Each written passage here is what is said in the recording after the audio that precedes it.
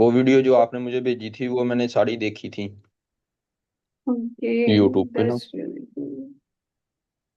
Okay जी, बिस्मिल्लाहिर्रहमानिर्रहीम। हम लोग चैप्टर नंबर 1 की बात करेंगे, जिसमें हम इंफॉर्मेशनल टेक्स्ट को डिस्कस करेंगे। मैंने आपको बताया कि आपको आपके पेपर में आपको 3 तरह के एमसीक्यूज आएंगे। पहला पैराग्राफ आपको इंफॉर्मेशनल टेक्स्ट से होगा, ऐसा पैराग्राफ जो आपको किसी फिक्शन सॉरी किसी आर्टिकल से, किसी ऐसे से, या फिर आपको किसी डायलॉग से हो सकता है। मतलब सिंपली वो एक इंफॉर्मेशन बेस्ड पैराग्राफ होगा, और उसमें से आपको कोई 8 से 10 एमसीक्यूज आते हैं। फिर आपको एक पैराग्राफ फिक्शन में से आता है, यानी स्टोरी में से एक पैराग्राफ आता है, नावल की स्टोरी से, शॉर्ट स्टोरी से, या फिर आपको वो आएगा आपको पैराग्राफ किसी ड्रामा वगैरह से। तो वो फिक्शनल पैराग्राफ होता है। और उसके बाद जो थर्ड टाइप ऑफ एमसीक्यूज होते हैं वो ग्रामर के होते हैं। उसके बाद आपको 10 मिनट का ब्रेक दिया जाता है। उस ब्रेक में आपको ऐसे राइटिंग का टॉपिक दिया जाता है, जिसको आपने राइट करना मतलब जिसको आपने प्लान करना होता है, जिसका आपने स्ट्रक्चर तैयार करना होता है। और फिर आपको 45 मिनट्स दिए जाते हैं अलग से ऐसे राइट करने के लिए। इसका टोटल टाइम जो है आरटीएल के एग्जाम का जो टोटल टाइम है, वो बेसिकली फिक्स तो नहीं होता, लेकिन एस्टिमेटेड टाइम इसका 115 मिनट्स है। जिसमें फर्स्ट 45 मिनट्स में आपने एमसीक्यू सॉल्व करने होते हैं। 10 मिनट्स का आपके पास होता है ब्रेक होती है, जिसमें आपने ऐसे को स्ट्रक्चर तैयार करना होता है। और फिर 45 मिनट्स में आपने ऐसे राइट करना होता है। और लास्ट 15 मिनट में आपने ऐसे को अपने पूरे पेपर को एक दफा रिव्यू कर सकते हैं कि आपने पेपर में कहीं कोई गलती तो नहीं कर दी, और लास्ट 5 मिनट में आप अपना पेपर सबमिट कर सकते हैं। इस तरह 115 मिनट्स को डिवाइड किया गया है। तो चैप्टर नंबर 1 की बात करें तो ये इंफॉर्मेशनल टेक्स्ट पर बेस करता है। लेसन नंबर 1 है, इसमें मेन आइडिया और details. Main idea basically most important point होता है पैसेज के अंदर, जिसको मेन आइडिया कहते हैं। आप ओवरऑल कह सकते हैं कि राइटर जो हमें मैसेज देना चाहता है, राइटर के माइंड में जो हम राइटर थ्रू हिज राइटिंग जो हमें बात बताना चाहता है, वो मेन आइडिया होता है। अब मेन आइडिया के बारे में बात करें तो यहाँ पर फर्स्ट आपके सामने एक पैसेज है, when I am reading a poem. इस पैसेज को आपने देखे, जो पैसेज रीडिंग होती है ना, वो बहुत ज्यादा मैटर करती है, किसी भी राइटिंग में बहुत ज्यादा मैटर करती है। तो आपने ये चीज देखनी है कि आप कितने टाइम में पैसेज पढ़ पाते हो।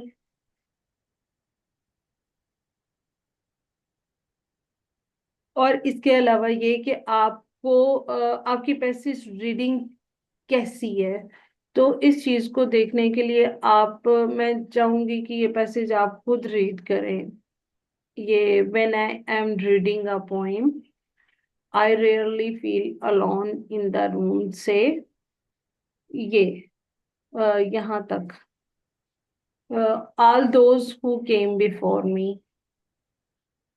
अभी पढ़ूं के बाद में पढ़ना? नहीं, अभी करें ना।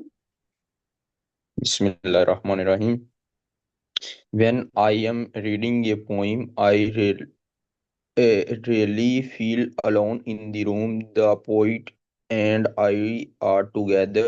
It's as if the poet wrote a secret diary years ago. I am unlocking it as it sit alone and read. At times, I don't understand what a poem means. I just like the way it sounds for the strange images that it provokes. The word is so peculiar in a poem as at the same time it is so enticing. Sometimes I understand exactly as if the poet is whispering to me as I if we shared the same experience. I must be fully concentrated on reading, or I cannot enter the world of a poem. There are too many daily tasks to attend to, tasks that are very far removed from the magic and imagination involved in a poem. On a cold, snowy day, I cuddle up inside my apartment and read. Then I am free to ride through the imagination of all those who came before me. यहाँ तक। Okay. हाँ, यहीं तक पढ़ना था। तो आपको passage आप कितना अंडरस्टैंड कर पाए, हम क्वेश्चन आंसर से इसको असेस करेंगे कि आप पैराग्राफ को आपने कितना अंडरस्टैंड किया है। अच्छा, हमारे पास जो क्वेश्चन है वो है, which of following statement express the main idea. हमारे आपने ये बताना है कि कौन सा स्टेटमेंट, यहाँ पर दो स्टेटमेंट हैं, ठीक है, ये फर्स्ट वन है और ये सेकंड वन है। आपने बताना है कि कौन से स्टेटमेंट जो है इस पैसेज का मेन आइडिया है। क्या ये कि writer has a love of poetry, writer को पोइट्री से बहुत ज्यादा, राइटर को पोइट्री से मोहब्बत है, या फिर ये मेन आइडिया है कि writer cuddle upon cold days to read, कि राइटर जो था वो कोल्ड डेज में भी यानी सख्त सर्दी में भी जो है वो पढ़ रहा था, कडल अप हो रहा था।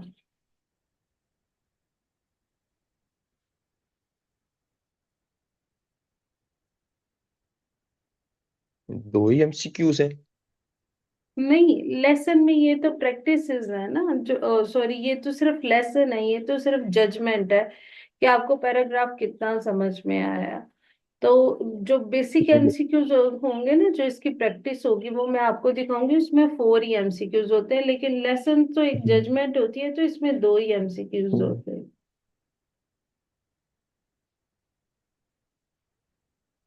तो आप मुझे ये बताइए कि आपके नजदीक फर्स्ट वाली स्टेटमेंट पैराग्राफ का मेन आइडिया है या सेकंड वाली स्टेटमेंट पैराग्राफ का मेन आइडिया है? क्या लगता है आई आपको? थिंक फर्स्ट वाला मेन आइडिया है राइटर का। यस, क्योंकि क्योंकि पूरी पैराग्राफ में वो पोइट्री को पढ़ने की ही बात करता रहता है। इट्स डजंट मीन दैट कि वो पढ़ने के लिए बड़ा पुरजसूस था। मेन आइडिया तो यही होगा ना कि उसको पोइट्री से यस, लव है, इसीलिए वो पढ़ने पढ़ने की इतनी कोशिश करता है। यानी उसका मेन आइडिया यही है कि वो पोएट्री से मोहब्बत करता, ताई बार बार पोएट्री को वो पढ़ता है। हाँ जी। जी ठीक है। Supporting details. अच्छा, अब सपोर्टिंग डिटेल्स क्या होती हैं? सपोर्टिंग डिटेल्स वो चीजें होती हैं पैराग्राफ में जो हमें मेन आइडिया को पढ़ने समझने में, सॉरी, मदद करती हैं।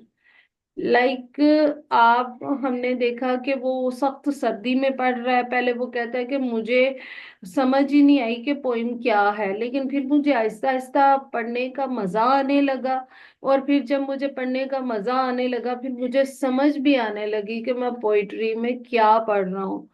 तो ये जो चीजें हैं कि वो उसने बोला कि पहले मुझे समझ नहीं आ रही थी, फिर मुझे समझ आने लग गई। तो ये सारी चीजें जो है इसने हमें जो है वो उसको मतलब मेन आइडिया को अंडरस्टैंड करने में हेल्प की। जब उसने बोला कि मुझे समझ नहीं आ रही थी, फिर जब मुझे समझ आने लगी तो फिर मुझे पढ़ने में मजा आने लगा, और फिर मुझे ऐसा लगने लगा कि ये जो पोइट्री है ना, इसमें इसमें मैजिक है, इसमें जादू है, जो मुझे पढ़ने में मजा आ रहा है, इसमें इमेजिनेशन है कि जहाँ जो जो मनाजिर मैं पोइट्री में पढ़ रहा हूँ वो मेरे सामने जो है ना वो चल रहे हैं। तो ये जो चीज है, ये सारी डिटेल्स थी जो जिसने हमें मेन आइडिया को समझने में मदद की।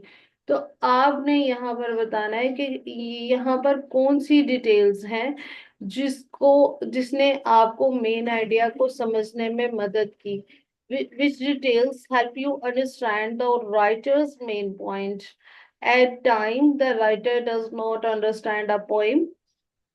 तब आपको पता चला कि राइटर को पोइट्री से लव है, जब उसने कहा कि मुझे तो पोएम की समझ ही नहीं आ रही। या फिर तब आपको एहसास हुआ कि राइटर को पोइट्री से लव है, जब उसने बोला कि मुझे फील हो रहा है कि ये जो पोइट्री है ये मैजिक से भरी हुई है, इमेजिनेशन से फिल्ड है। इन दोनों में से कौन सी दैट डिटेल आपको? That sorry. सिर्फ उसके, मैंने कहा उसके बोलने से और अल्फाज से ही समझ आ रही है कि नंबर टू जो है वो ऑप्शन होगा। हम्म। क्योंकि जब उससे मोहब्बत है तो मैजिक और इमेजिनेशन वो फील कर रहा है ना। हम्म। बिल्कुल सेकंड ही है इसका आंसर है, ये देखे ना यहाँ पे, you are correct if you choose your second. Productive. जी। ये मैं यानी आपको स्पोर्टिंग पीडीएफ। डिटेल्स हम कह सकते हैं शॉर्टकट में कि जो हकीकत है उनकी या एग्जांपल्स हैं वो स्पोर्टिंग डिटेल होती हैं पैसेज में। हम्म। हम्म।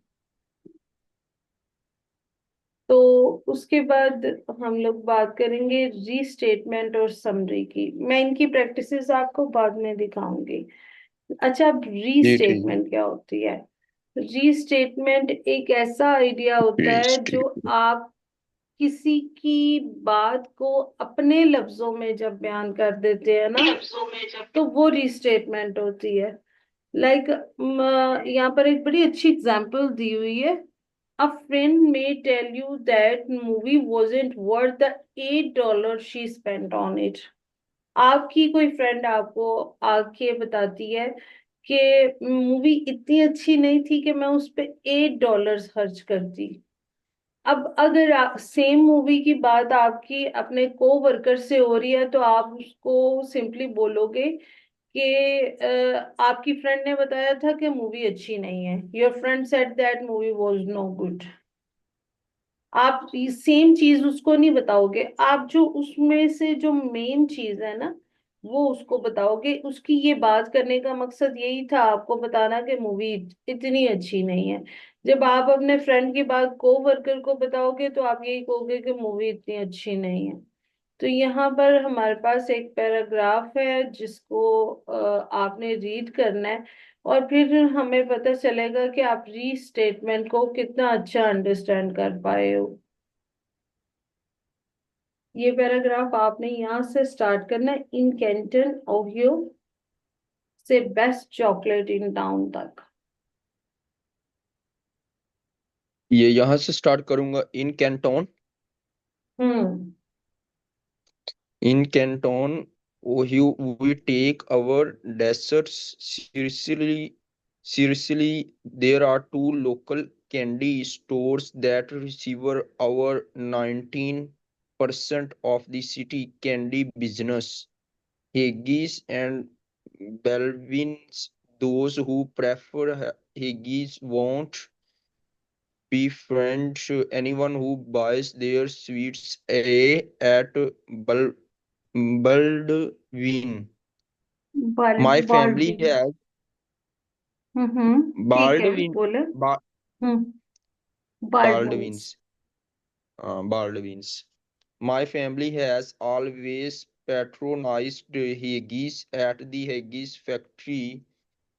Getty wraps by hand each large chocolate candy in clear cellophane wrap. She in the back of the store with her hairnet seated at a table filled with hundreds of chocolates. My favorite chocolate at Haggis are the dark chocolate, some creams, pin, peanut clusters, and caramels.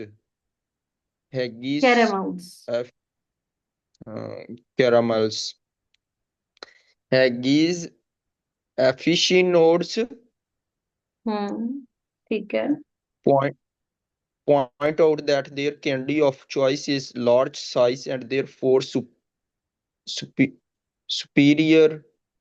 The rivalry runs deep at Esther Unku. Christmas, Thanksgiving, and all occasions, ओकेयंस। bird, occasions, Baldwin's loyal flowers climb its sweets are sweeter. It's a feud over the best chocolate in town. Yes. ओकेयंस और followers, जैसे वो हमारे YouTube और उस पे followers होते हैं ना, वैसे ही फॉलोअर्स। जी जी। अच्छा, अब क्वेश्चन है हमारे पास। How do people of Canton feel about chocolate candy? They consider it a serious health issue, they feel it important enough to take a stand on.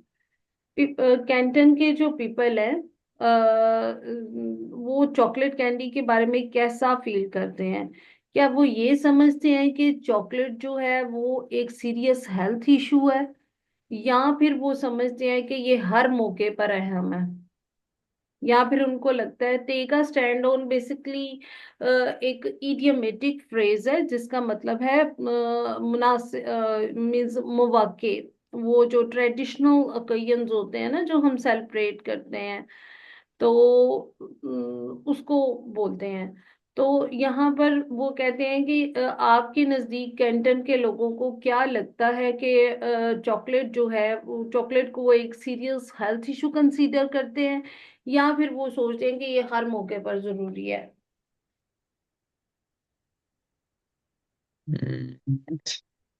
Number two. Yes of course, very good Fayaz. क्योंकि health issue की तो पूरे paragraph में कोई बात ही नहीं हुई, यही तो इसलिए यही हम बात फर्स्ट मैंने, वन को चूज नहीं करेंगे। क्योंकि मैंने भी यही सोचा है कि जो है ना, हेल्थ इशू के बारे में तो एक लफ्ज भी नहीं मैंने पढ़ा, या इसके बारे में हम्म। उन्होंने कोई बात ही नहीं की। बात उन्होंने की है उनकी इम्पोर्टेंट की। इम्पोर्टेंस की बात की है। अच्छा जी, एक और क्वेश्चन है हमारे पास। Which of following statement best summarize? सबसे पहले तो आपको ये जानना जरूरी है कि समरी होता क्या है। अच्छा, आप अगर अपने फ्रेंड को किसी मूवी की स्टोरी सुनाते हो ना, तो आप क्या करोगे कि उस मूवी के इम्पोर्टेंट इम्पोर्टेंट पॉइंट उसको बता दोगे। आप उसको बताओगे कि भाई एक हीरो था, एक हीरोइन थी, दोनों को इस तरह के प्रॉब्लम्स से गुजरना पड़ा, और फिर ये है कि क्लाइमेक्स सुनाएंगे आप उसको, और फिर एंड सुना देंगे कि at the end of the movie they are happily married. Normally movies में यही होता है ना। तो जी ये जी। जो है, आप क्या करेंगे कि उसको मूवी की छोटी छोटी डिटेल्स नहीं बताएंगे। आप जो इम्पोर्टेंट इम्पोर्टेंट बातें मूवी में हुई होंगी ना, स्टोरी में, सिर्फ वो उसको बताएंगे। जब आप कोई इम्पोर्टेंट फैक्ट्स एंड आइडियाज किसी स्टोरी के किसी को बताते हैं या सुनाते हैं ना, उसको समरी बोलते हैं। तो अब आपको समरी का टर्म कितना समझ में आया वो आपके इस क्वेश्चन से हमें पता चलेगा, हमारे इस क्वेश्चन से पता चलेगा। Which of following statement best summarise the different opinion over candy? आपने जो ऊपर पैराग्राफ पढ़ा है, उसमें पैराग्राफ में आपने ये बताना है कि ये दो स्टेटमेंट्स हैं। इन दोनों स्टेटमेंट में से आपको क्या लगता है कि कौन सी स्टेटमेंट जो है बेस्ट समराइज कर रही है, बेस्ट समरी हो सकती है कैंडी के ऊपर? तो पहली स्टेटमेंट है हमारी, some people prefer haggis candy because it's bigger, while other prefer Belladwins because it is sweeter। कुछ लोग जो है हैगिस की कैंडी को इसलिए प्रेफर करते हैं क्योंकि वो बड़ी होती है, और कुछ लोग बेलेडविंस की कैंडी को इसलिए प्रेफर करते हैं क्योंकि वो ज्यादा मीठी होती है। और सेकंड स्टेटमेंट है हमारे पास, people argue whether to buy Haggis और Baldwin's candy for different holidays. जो लोग हैं वो हैगिस और बेलेडविन की कैंडी खरीदते हैं मुख्तलिफ हॉलीडेज के लिए।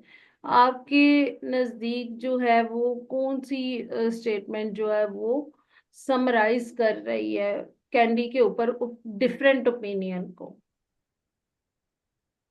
कैंडी सम के पीपल ऊपर जो प्रेफर डिफरेंट ओपिनियन है ना, उसको समराइज कौन सी स्टेटमेंट कर रही है, पहली वाली या दूसरी वाली? आई थिंक पहली वाली कर रही है। हाँ, क्योंकि डिफरेंस की बात आ रही है ना, डिफरेंस की। तो डिफरेंस तो फर्स्ट स्टेटमेंट में ही नजर आ रहा है, फिर भी हम अपना आंसर क्योंकि चेक वो कर लेते हैं। बिगड़ का भी यस। और स्वीट का भी वो हम्म। बता रहे हैं। तो दूसरी में तो हम्म। वो सिर्फ यही बता रहे हैं कि जी वो ना बाय करते हैं डिफरेंट होल। तो यहाँ से हम अपने आज के लास्ट लेसन की तरफ जाएंगे। लास्ट लेसन है हमारा application of ideas. Application of ideas ये होता है कि आप जब किसी के बारे में बहुत सारी बातें सोचते हैं ना, तो इसका मतलब यह है कि आप आइडियाज को अप्लाई करने हैं। लाइक मेरी फ्रेंड की बर्थडे है, तो मैं सबसे पहले ये सोचूंगी कि मेरी फ्रेंड की फेवरेट चीज क्या है। तो क्योंकि मैंने उसे गिफ्ट देना है, तो मैं उसकी फेवरेट चीज सोचूंगी। ओ अच्छा, उसको म्यूजिक पसंद है, तो फिर मैं ये सोचूंगी ओ ओके, उसको किस टाइप का म्यूजिक पसंद है। फिर मुझे मतलब सेकंड आइडिया मैं लगाऊंगी, तो मुझे याद आएगा कि उसको जैज म्यूजिक पसंद है या रॉक म्यूजिक पसंद है। फिर वहां पर जाकर मैं उसकी पसंद की म्यूजिक खरीदूंगी और वो उसे गिफ्ट कर दूंगी। अच्छा, यहाँ पर हमारा जो पैराग्राफ है वो थोड़ा सा लेंथी भी है और थोड़ा सा मतलब बहुत इजी है, ये आप इजीली कर लेंगे, लेकिन मैं आपको पैराग्राफ ब्रीफ कर रही हूँ because we have 4 minutes to complete the session. That's why. यहाँ पर होता यह है कि हमारा जो हमारी जो राइटर है उसकी मदर की बर्थडे है। ठीक है, उसने अपनी मदर की बर्थडे पे गिफ्ट देना है अपनी मामा को, उसकी बुक गिफ्ट करना है। उसके लिए वो क्या करती है, ऑनलाइन गिफ्ट ऑर्डर करती है, सॉरी ऑनलाइन बुक ऑर्डर करती है अपनी मामा के लिए। और सिर्फ अपने मामा के लिए नहीं करती, मामा के लिए गिफ्ट ऑर्डर करने गई है, अपने लिए भी बुक ऑर्डर कर दी है, अपने नेफ्यू और नीस के लिए भी बुक्स ऑर्डर कर दी हैं।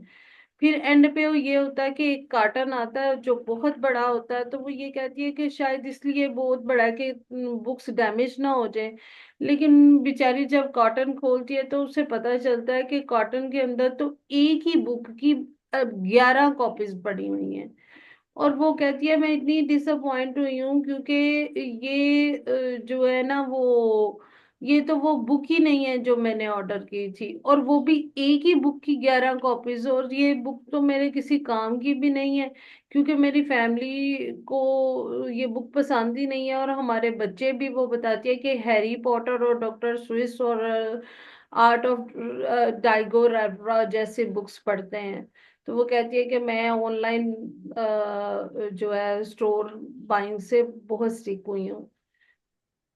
अच्छा, अब सिचुएशन मैंने आपको बता दी। अकॉर्डिंग टू सिचुएशन हमारे पास क्या क्वेश्चन है, which of following situation is most like the situation that happen to writer. इन आपके सामने दो सिचुएशंस रखेंगे, आपने बताना है कि कौन सी सिचुएशन जो है राइटर की सिचुएशन से मैच करती है। Buying grocery only to discover you brought someone else back home, buying 11 boxes of same pasta at the store.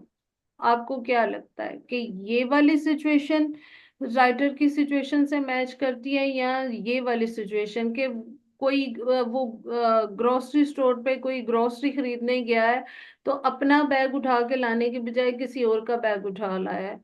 और या फिर इस सिचुएशन से कि आप गए हैं स्टोर पे और आप 11 बॉक्सेस, एक ही पास्ता के 11 बॉक्सेस उठा लाए हैं। आपके नजदीक ये फर्स्ट वाली सिचुएशन राइटर की सिचुएशन से मैच करती है या सेकंड वाली? सेकंड। हम्म। आप जब किसी स्टोर में जाते हो तो आपने चीजें खुद ही उठानी होती हैं ना, है ना? जी। चीजें आपने खुद उठानी होती हैं, तो आप कभी भी ये गलती नहीं करेंगे कि 11 बॉक्सेस उठा लें एक ही पास्ता के। लेकिन ये हो सकता है कि आप गलती से, जैसे अभी कुछ दिन पहले मैंने ऐसा किया था कि मैंने शूज लिए, ईद की शॉपिंग पे मैंने शूज लिए और मैंने जो है हील्स ली थी। और उसके बाद क्या किया कि वहां पर मैंने जब मतलब रश था वहां पे, तो अपना जूते जो मैंने खरीदे थे वो उठाने के बजाय मैंने क्या किया कि मैंने जो है वो उसको किसी और का वो बिल हुआ हुआ जूता उठा के घर ले आए। और जब मैंने घर आके देखा तो उसमें कोई मेल शूज थे, मींस मेल पर्सन के जूते थे। तो फर्स्ट वाली सिचुएशन जो है, क्योंकि उसने कोई और बुक ऑर्डर की थी, आ कोई और बुक गई। वो अलग बात है कि उसमें 11 कॉपीज थी, लेकिन उसकी सिचुएशन जो है फर्स्ट सिचुएशन से मैच करती है ना? है ना फ्याज? किधर गए हो? ओके जी, next question. If the writer attend an auction she would be most likely to decide which देखो, item to be done and how much she would bid, get involve in the excitement and bid on many things. अगर हमारी writer, आपने writer की nature ऊपर मैंने आपको बताई है, तो अगर हमारी राइटर कोई ऑक्शन अटेंड करने जाती है तो वो क्या करेगी वहां पर? कैसे? पहले तो वो डिसाइड करेगी कि कौन सी आइटम बिड करनी है और कितनी खरीदनी है, या फिर वो इन्वॉल्व हो जाएगी एक्साइटमेंट में और बहुत सारी चीजें खरीद लेगी। आपने ऊपर देखा था, उसने सिर्फ अपनी मदर के लिए बुक खरीदनी थी, लेकिन उसने क्या किया, अपने लिए भी खरीद ली, अपनी नीस के लिए भी, नेफ्यू के लिए भी। वो कोई शॉपी पर्सन टाइप मेरे जैसी होगी। तो आपको क्या लगता है, यहाँ पे हमारी राइटर इस सिचुएशन से मैच करती है या इस सिचुएशन से मैच करती है? प्याज? जी जी, आवाज आ रही है। हाँ आ रही है। चलें बताएं, फर्स्ट फर्स्ट ऑप्शन है या सेकंड?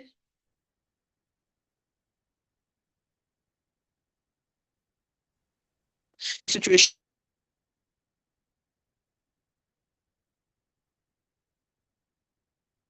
हेलो?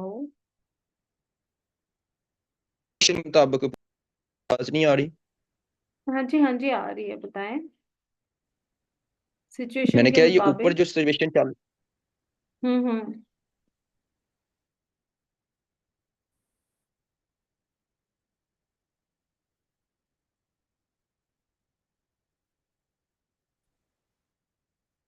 ये सेकंड।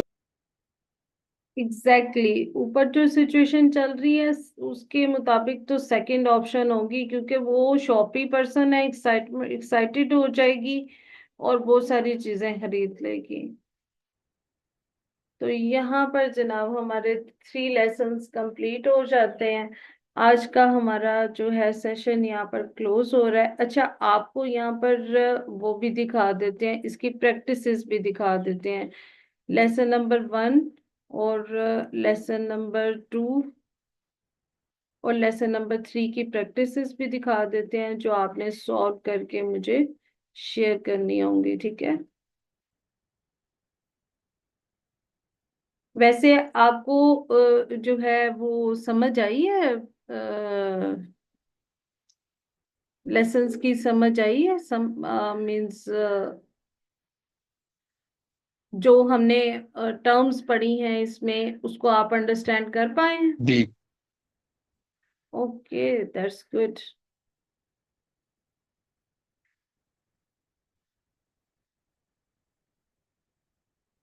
आई तो यही।